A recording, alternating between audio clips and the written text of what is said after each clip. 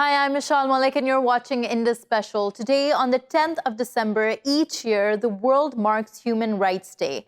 Now, this day is observed as a commemoration when the United Nations General Assembly adopted the Universal Declaration of Human Rights in 1948.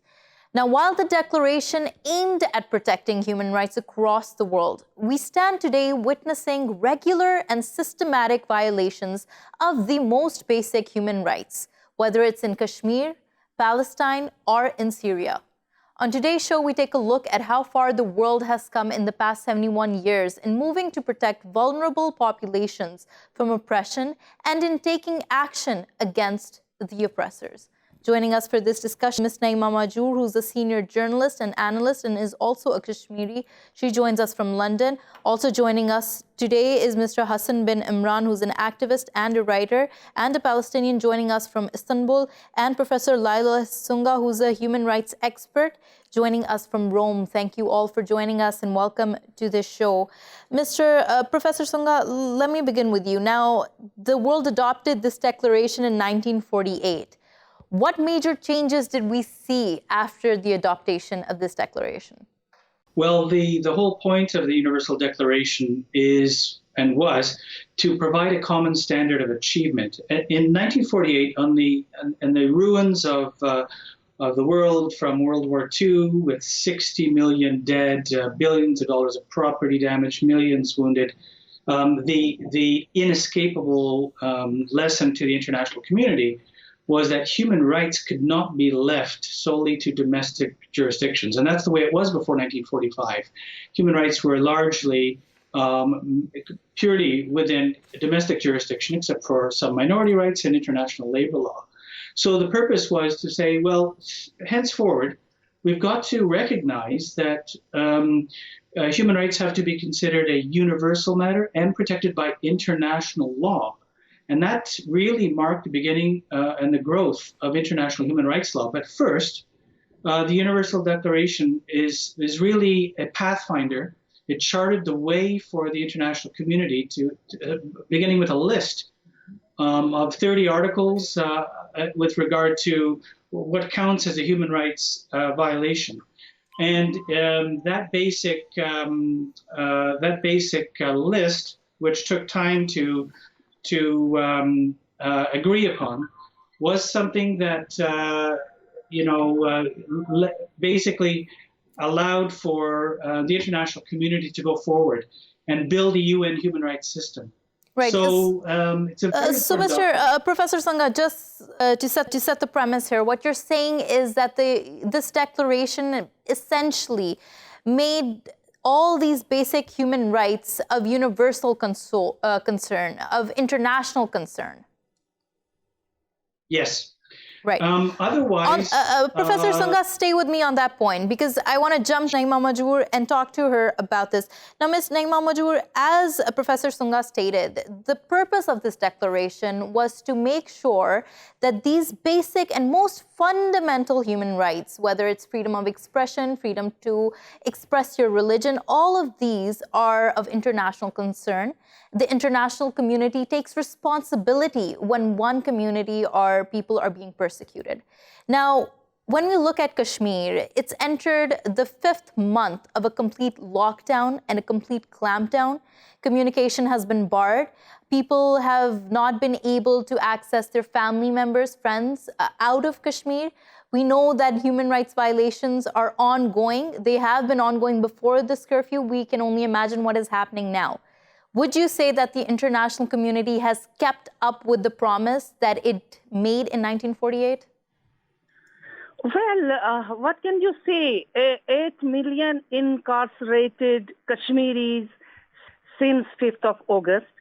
1.5 million children without education since 5th of August after revocation of Article 370. And all rights, including, right to live, right to education, right to employment, all snatched by Government of India. $15 billion business is lost, 13,000 youth arrested, 4,000 political, civil liberty activists, lawyers, traders in jail. And those who sign bond of keeping shut over government atrocities and human rights violations are given release orders. Amid all this situation, what can you say? How can you talk about human rights? What rights are we talking here when it comes to Kashmir? This is, for me, it's all sham and facade. Maybe world UN is worried about the other communities, but not regarding Kashmir. Because I think nothing has been done. It's now 4 months when this situation has happened and the people are suffering miserably in Kashmir. Ms. Nayeema Mahjoor, on that point specifically, that nothing has been done. Now, when Article 370 was scrapped initially on August 5th, there was a cry, there was an outroar globally. The community, international community, made some noise, but it seemed to die down. And now, when we're trying to revive the issue, when we're trying to bring light to the issue, it seems like no action is being taken. Who would you say the onus lies on? Which party, which international body to take action, to step up and do something about this? I mean, all the agencies which are, champions, which are so-called champions of human rights, UNHCR, superpowers, Western democracies who talk about human rights when it comes to the non-Kashmiri, non-Muslim rights. They are responsible for all this. And that just issuing mere statements is not enough. Why don't they sanction those governments who are, violators of the human rights in Kashmir? They don't do anything to them. That's why I think the international community is responsible for all this. That's why they have given a leave to these government agencies to do whatever they want to do, whether it is snatching of their rights, whether it is snatching of their life, whether it is snatching of their economic rights. Right. On that point, Mr. Hassan Ben Imran, you're hearing all of what is happening in Kashmir, and there are many parallels drawn between Kashmir and Palestine. Now, one of the things that we've been hearing is Kashmir has been turned into an open-air prison, something that was almost synonymous when we talked about Palestine and specifically Gaza. What can you tell us about the state of human rights within that region, within Palestine, within Gaza? Yes, of course, it is the case, Meshal. Actually, before talking about Palestine, I should emphasize that we need to commemorate this day. After 70 years, more than 70 years since the signing of the Declaration of Human Rights, Universal Declaration of Human Rights, I think we should and we need to continue commemorating this day and making everybody aware of human rights. But at the same time, we should address the very fundamental, intrinsic flaw within the regime of human rights, which is the dichotomy between the value and the application. There is a very clear case of cognitive dissonance in the international community. They believe in human rights. States believe in human rights, but they don't apply them. And they deal with human rights abuses, like the case of Israel. Now, whenever you talk about joining the United Nations, the first condition for joining the United Nations is to be a peace-loving country. Looking at the state now in Palestine, in Kashmir, in many other regions and states, you reach to the point that if this is a condition to be in the United Nations, to be a peace-loving country, then what do you call whatever that has been happening in Palestine since more than 70 years? Now you're talking about an open prison in Gaza, very similar to other cases in the world. You're talking about a daily genocide. Genocide has been committed in 1948 in Palestine in a violent way. Now genocide is being done on multiple levels. In a violent way, in a very peaceful and silent way, quote unquote, I say peaceful, because you are creating conditions where people have no choice but to take boats on the sea and to go down in the middle of the Mediterranean Sea. Now you're talking about a new wave of Nakba, a new wave of genocide in a more moderate and modern ways. You're talking about a complete case of apartheid in the West Bank, where people, in order to go to hospital, they would need a permission by the military ruler in their country, on their own land. If someone needs to go out to the border, he needs or she needs a permission. If someone needs to get married somewhere else, in another place, they need a military permission to do that. If someone needs to send his son or daughter to study somewhere, they need a military permission. If someone wants access to water, clean water, they need a permission. You're talking about a clear dichotomy between what we believe about human rights and what international community is applying and is acting. Right. Professor, now there is this clear disconnect. We don't have to pretend like there isn't. And just to emphasize on that a little more, now the Kashmir dispute remains to be the oldest unresolved disagreement on the United Nations agenda. The United Nations Office of the United Nations High Commissioner released a report in 2018 and updated that report in 2019, listed extensively of the human rights violations ongoing within the region, which included civilian killings, excessive use of force, the continued use of pellet gun fires, cordon and search operations, the Public Safety Act, which allowed picking up and detaining people for up to 2 years without a fair trial. Now, all of these grave violations, and the United Nations itself has documented. What worth does this organization have if it is not able to take action against any of these violations? Well, it's an excellent question which keeps on coming up, and that goes to the question that human rights promotion and protection doesn't get far without political will and international cooperation, which is the purpose of the Universal Declaration of Human Rights and the elaboration of International Human Rights Instrument and the whole construction of the UN human rights system. And it works very well in many instances. And it has been of revolutionary significance and has given people the courage to identify the wrongs being done to them and to fight for them in terms of binding rights and obligations. So it plays an important role, but it's a necessary but insufficient condition for fighting for human rights. What the Universal Declaration did was to, as I say, chart that path and establish a common standard of achievement. And we have all these instruments, but states are very schizophrenic.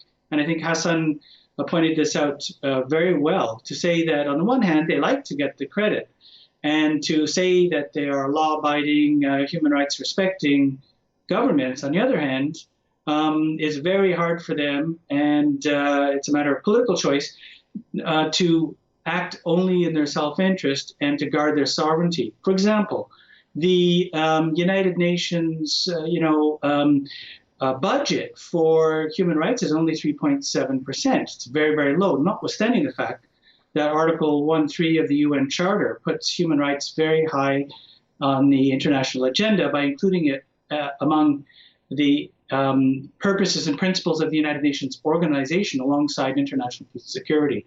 So on the one hand, you have this lofty promises, which were pointed out, and it's correct. On the other hand, the implementation is weak. Part of the reason for that is that the United Nations itself is weak.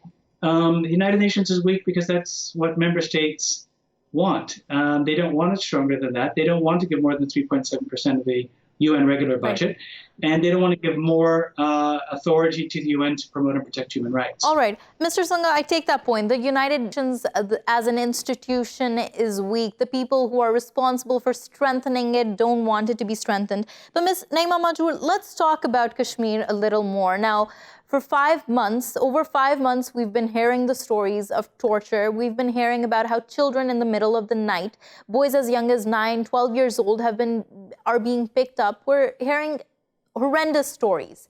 And yet we have a state that claims that it is a democracy, that conducts diplomatic missions, and yet we're not seeing enough of a reaction. Let's put the United Nations aside. They are weak. They have not been strengthened. Is the international community not supposed to do anything? Well, I think there have been some voices raised in US and UK, but not much has been heard because, this time the elections are going in UK and US has its own problems. But still, some voices have been raised, some concern has been shown regarding what is going on in Kashmir.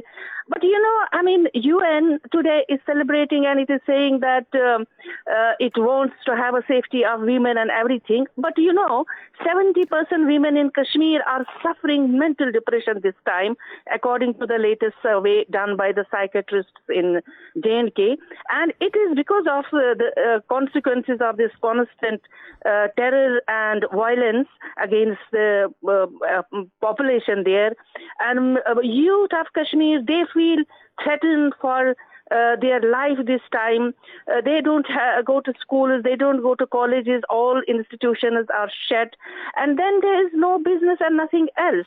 And then you see in India, what's happening in India with the Muslims, with this citizenship amendment bill, with national registration, and all this is happening in 21st century. It's not only Kashmir now, it's 200 million Indian Muslims also who are suffering constant threat of their life and pressures because what's going on in India. And we used to hear that it's a secular pluralistic society, but it's now Hindu Rashtra.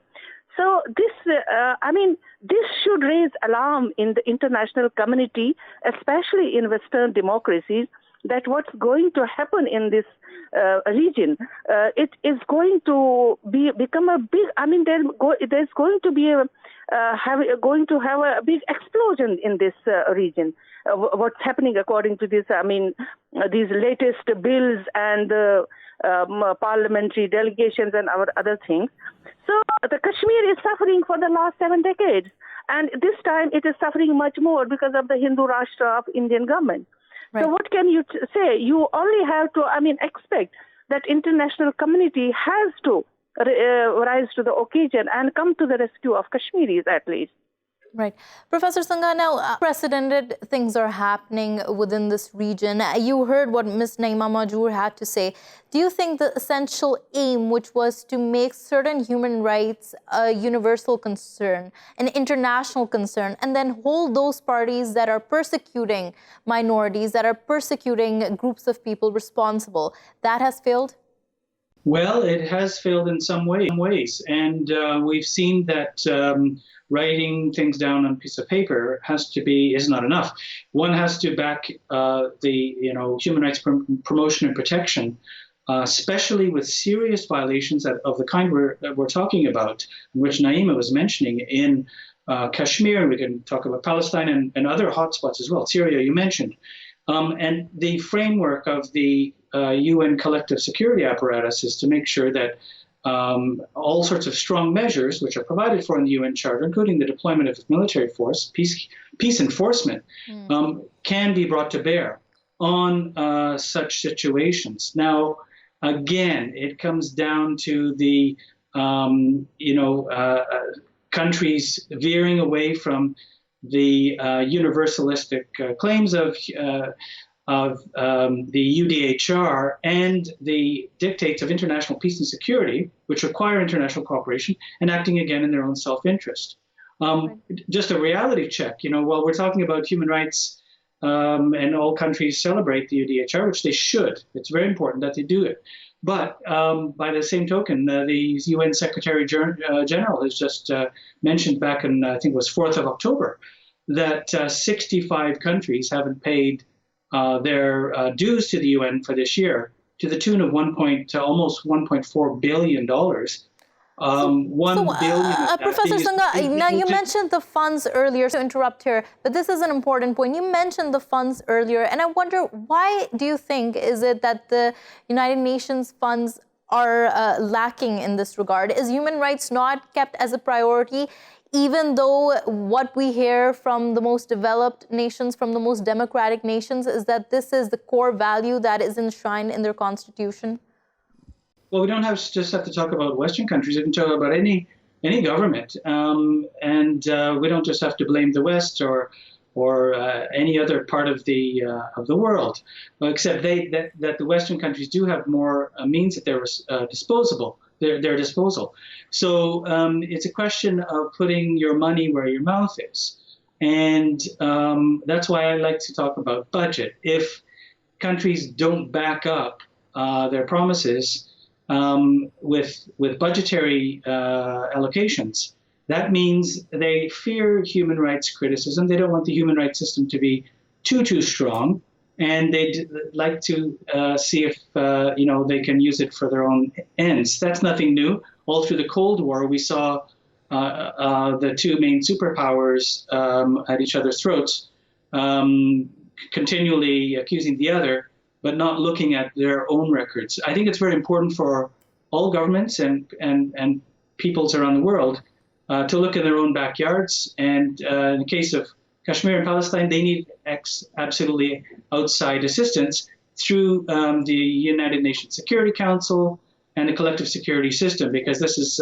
serious violations that have been allowed to go on very long. I just want to make one last point, and that is that human rights are very, very much integral to international peace and security. If they are allowed to continue, we get all sorts of problems, terrorism and violence and such discontent that it becomes explosive. So I think it's, I very much enjoy this discussion, which is a very important one, because it's not just about celebrating the Universal Declaration, but hoping and working towards its implementation and practice, which is a big challenge. Right. Ms. Nayeema Mahjoor, let's talk about this. Now, the last point that Professor Sunga talked about was that these human rights are integral to the international peace and security. When a region which is seen to be a nuclear flashpoint between nuclear armed states is disregarded, or the people are disregarded in this instance, what dangers does that pose? I mean, we are also facing this danger. You see the LOC, the skirmishes are going on for the last few months now, and many people have been killed across the border from this side or that side. I mean, there is potential for this nuclear war, and what impact it will have on the whole region. UN and the international community has to raise this alarm that something, if God forbid, this nuclear war threat is there, and if it is going to blow up in a war, and it's going to have a huge impact not only on the South Asia, but the whole community will be, affected. But I don't know why is international community taking it non-serious. It's not taking it. I mean, when there is a problem in Iran or in any other Muslim country, why are they always showing concern? Why not here when Kashmiris are dying every day? I mean, nobody is so serious as it is. They are serious in Syria, or they are serious in other Muslim countries. So that's why I'm always telling international community, before it's too late, let us come together and bring these two countries together and make them to talk on Kashmir and get it resolved. It's not only Kashmir, get resolved Palestinian, and the world will be peaceful. I am sure about that. Right. Mr. Hassan Ben Imran, you've listening to our discussion here, and the point that I want to ask you is how certain conflicts, certain regions, there's a double standard applied to them when we talk about human rights or holding countries accountable. Do you feel like that has been the case in the Israeli-Palestine conflict? Do you feel like there has been a double standard in this conflict in terms of how it's been covered, in terms of how it's been discussed? I don't think there is double standards. I know that there is double standards. It's so obvious. When you see the BBC covering Israeli casualties as saying 7 Israelis have been killed, or I don't know what. And when it comes to Palestinians, they mention 5 Palestinians dead, or 5 Palestinians lost their lives. Was it a natural disaster or what? There is a very clear case of double standards when it comes to Palestine, for the simple reason that if I have the authority, if I have the power, I would push the agenda of the media, of the international organizations. I would pressure politicians to vote in the United Nations General Assembly in a certain way. I would push journalists to speak in a certain way. There is double standards. That's very clear. I think that's a given fact. What we need to do now is to go out of this vicious circle of whose responsibility is this. States say that it is the responsibility of international organizations, yet they do not want to delegate any sovereignty to those organizations. These organizations take their funds from states. So at the end, they are going to be, in a way or another, under the authority and control and under the agenda of these states. So we need to go out of this vicious circle. We need to push, we need the people, we need the activists all around the world to push for the human rights agenda, and to go out of this Mr. Imran, that's an essential point that you're making here, something that Professor Sunga talked about as well. If international organizations have become incompetent because states don't want to give them power, then there needs to be another medium through which peace can be achieved, through which conflicts can be resolved in order to actually take care of the human rights that we talk about on a daily basis, those that we have enshrined in our constitutions. On that point, thank you so much, Mr. Hassan Ben Imran, for joining us from Istanbul, Nayeema Mahjoor for joining us from London, and Professor Lyal S. Sunga for joining us from Rome. We're going to go for a short break. When we return, we're going to continue our discussion. Stay with us.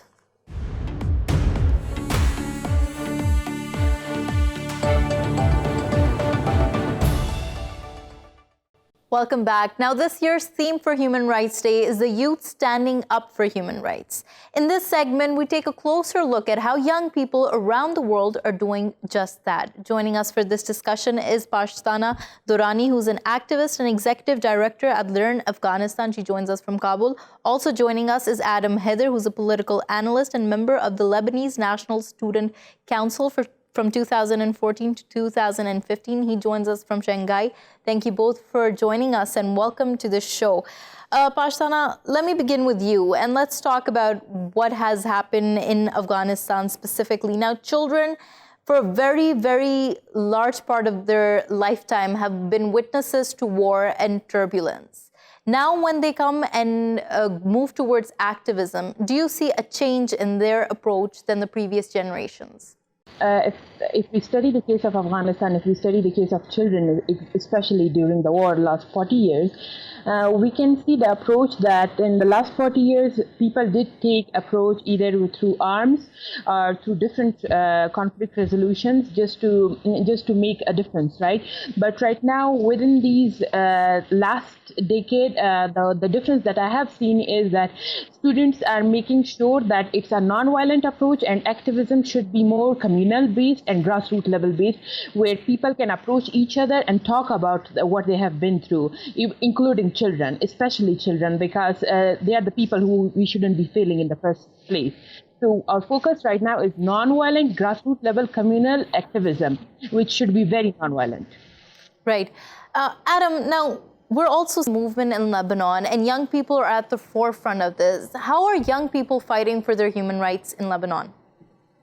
Lebanon is a great example at this moment. Lebanese youth are going to occupy the streets, are occupying the streets, are blocking everything in the government. They forced the government to resign, and we have many actions to take as well. Lebanon now is in a crisis. We are all connecting together, and we should be aware of everything regarding the external movements and as well internal movements. Right. Now, Adam and Pashtana, this is a question I'll put to both of you. I'd like Adam to answer first. Now, there is this talk about how there is a disconnect between this generation specifically and the previous generations, and that also extends to the realm of politics and policy making. Do you feel like young people who are being active, who are fighting for their human rights, can actually take a hold of the political scenario? Do you think that can actually happen in today's world? Honestly, so let's start with an overview about Lebanon. Lebanon has 60% of the Lebanese population is considered to be youth, and 35% out of the whole Lebanese population is unemployed right now. So you just can imagine the scenario of what's happening in the streets. Economic crisis, people are hungry, there's no jobs anymore. So if you want to say that there's a gap between the older generation and the millennials right now, yes, we are talking about a huge gap between them, a huge social gap, a huge social injustice and economic injustice as well. And Adam, just before I jump to Pashtana, what has led to this wide gap? Now, as you mentioned, 60% of the population is the youth. Instead of resources being dedicated and being invested into the future of this youth, they're being deprived of the basic necessities to get by. What led to this? Mainly corruption. I can just summarize it with one word. Mainly corruption. Corruption has led to this devastating situation that we are living in. Right. Pashtana, jump you. Now, do you feel like the disconnect that exists and also extends into politics between the younger generation and the older generation, it can be solved if young people are given the chance to be a part of the political process, a part of decision making? Meshal, I believe that A, you are served opportunities, B, you take opportunities. From the background that I come, we have to ask for opportunities. As young women with color, especially coming from a conflict zone, we make up opportunities for ourselves, and we have to take opportunities. Nobody serves you, especially when you are young. It's always ageism, gender dynamics, geopolitics involved. So for young people to take that change and for young people to take action and to be involved in the policy process, they have to demand their participation, A. And the second thing that we should all be focusing on is nobody is going to let us have that position, because especially the people, they are used to take decision on their own methods, the old ways, and we are practically people with new ways, new changes, new referendums. I'm not just talking about Afghanistan. Right now you can see Al Sala in Sudan, you can see young people in Pakistan, you can see young people in India coming out for different human rights, right? If you look at Central Asia and South Asia, the dynamics are literally different, and people are coming out, and young people are coming out. So yes, you have to demand first of all, and yes, if we get into the political arena, we are probably going to change it, and it would be more accessible to our own people, and it would be more accessible and inclusive, since we are the majority right now, and we'll be keeping everyone in our mind. Right. On that point, thank you so much, Pashtana Durrani, for joining us from Kabul. Adam, going back to you now, the United Nations, the Secretary General Antonio Guterres, when he marked this day, he specifically stated that we need to commend young people all across the world who are coming forth and becoming more active in politics, getting their voices heard. Now, what is happening in Lebanon is also one example of the many across the world where we're seeing more and more of young people coming out on the streets demanding their basic rights, whether it's climate change, whether it's economic rights. Do you feel like the movement in Lebanon is influenced by these global conditions? Of course, with globalization right now, everything is influenced by anything is posted on the social media and social platforms. For example, I just want to give you one example. If one group on WhatsApp can bring around maybe 200 people or 300 people to the streets, just imagine how these kind of initiatives that are being promoted outside or in the UN, like for example the activist Greta, who's promoting the fighting climate change, for example. It's being all over the world. It's trending the news. So yes. On that point, I'd also like to introduce Maram Susli, who's an analyst joining us from Perth. Thank you so much, Maram, for joining us and taking out the time to talk to us. Now, we're talking about how the youth in many parts of the world are being commended for their actions of rising up and talking truth to power. Do you feel like this is just restricted to some spheres, and in some other spheres, the youth are completely deprived of their basic human rights? I think that's absolutely accurate. The only youths that are shown in our media, the so-called, young activists, are ones which promote the agenda of a particular group of businessmen. For example, Greta Thunberg that you mentioned, though she's claiming to fight climate change, in reality, the reason why we're hearing about her is not because she sat on a sidewalk. Many children have sat on sidewalks and didn't change the world. And many children have skipped school and didn't change the world. The reason we're hearing about it is because there are economic interests behind what she's pushing, which is for a new carbon credit system economy. On the other hand, people like Ahed Tamimi, which is a Palestinian activist that was a teenager that was fighting against occupation of her own land, that was thrown in jail by Israel. We don't really see her talking at the United Nations, do we? Yeah, now, Greta Thunberg, you mentioned her specifically. She has become an icon in many ways in mobilizing people. That might not be all bad, but the parallel that you drew there is an important one. One in which it shows how power dynamics work, how some voices are silenced because there are higher agendas at play. Now, when we're talking about conflict zones, what role does the youth have, especially those that are belonging to the diaspora, living abroad, belonging to those communities, play in trying to bring about international awareness? Well, I think that they play a very, strong role in trying to bring about this international awareness.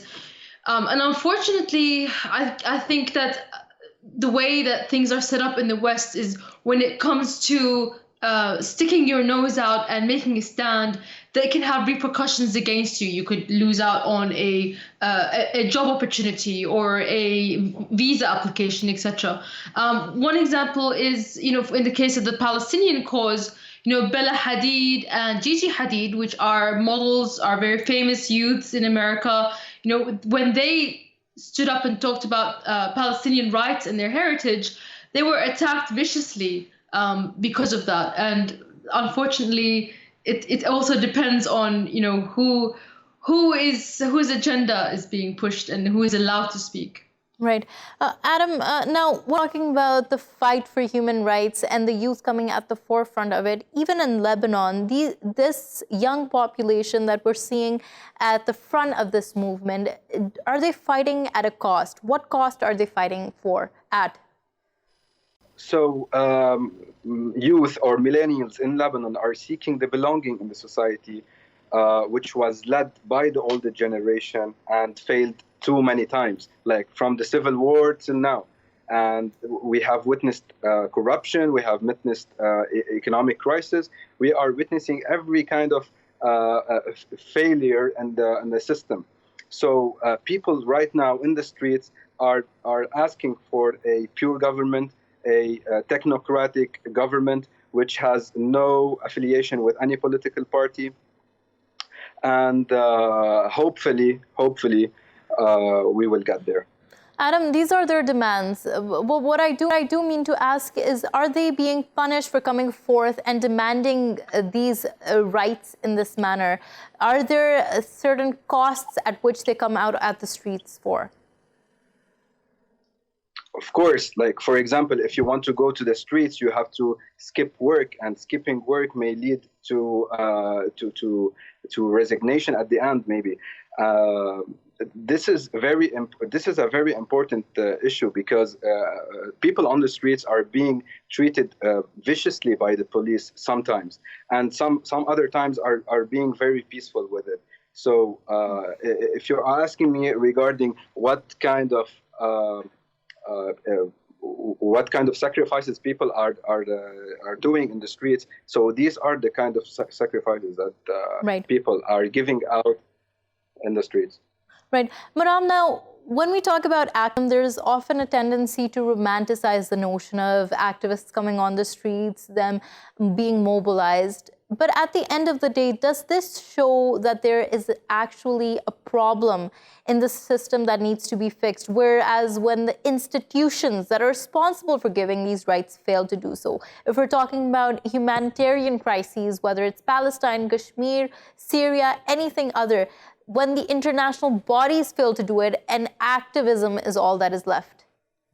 Well, under international law, sovereign states aren't supposed to interfere with the internal situation of other sovereign states. So if there's internal problems inside a state, the international community shouldn't have anything to do with that. If it's, for example, a political problem that people have between each other within that sovereign nation. When it comes to Lebanon, if the state is responsible for violating specifically human rights within that state, isn't the international community supposed to be concerned about it? Well, I don't think that it would be like glass houses throwing stones. I mean, every country has its own human rights violations and problems, some more than others. It's more so that when a country is breaching UN resolutions like Israel is doing constantly, that's when we have United Nations getting involved. But if there's problems within one country, we can't have another country getting involved in that, because what ends up happening is that the other countries try to take advantage of that for their own gains. The same way that the United States constantly uses the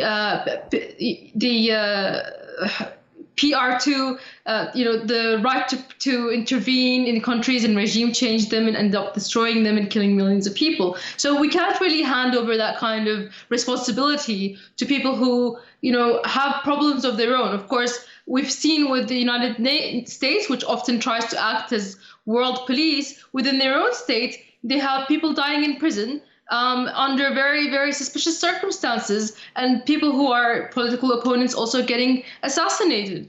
Right. We all know what's happening with Julian Assange as well. So these people, we cannot trust an international community to interfere with other countries' affairs, is what I'm trying to say. Right. On that point, I take your point of view there, Maram Susli, and thank you so much for joining us from Perth. Thank you, Adam Haydar, for joining us from Shanghai. Thank you for watching Indus Special. We will see you again next time with more stories. Till then, goodbye and take care.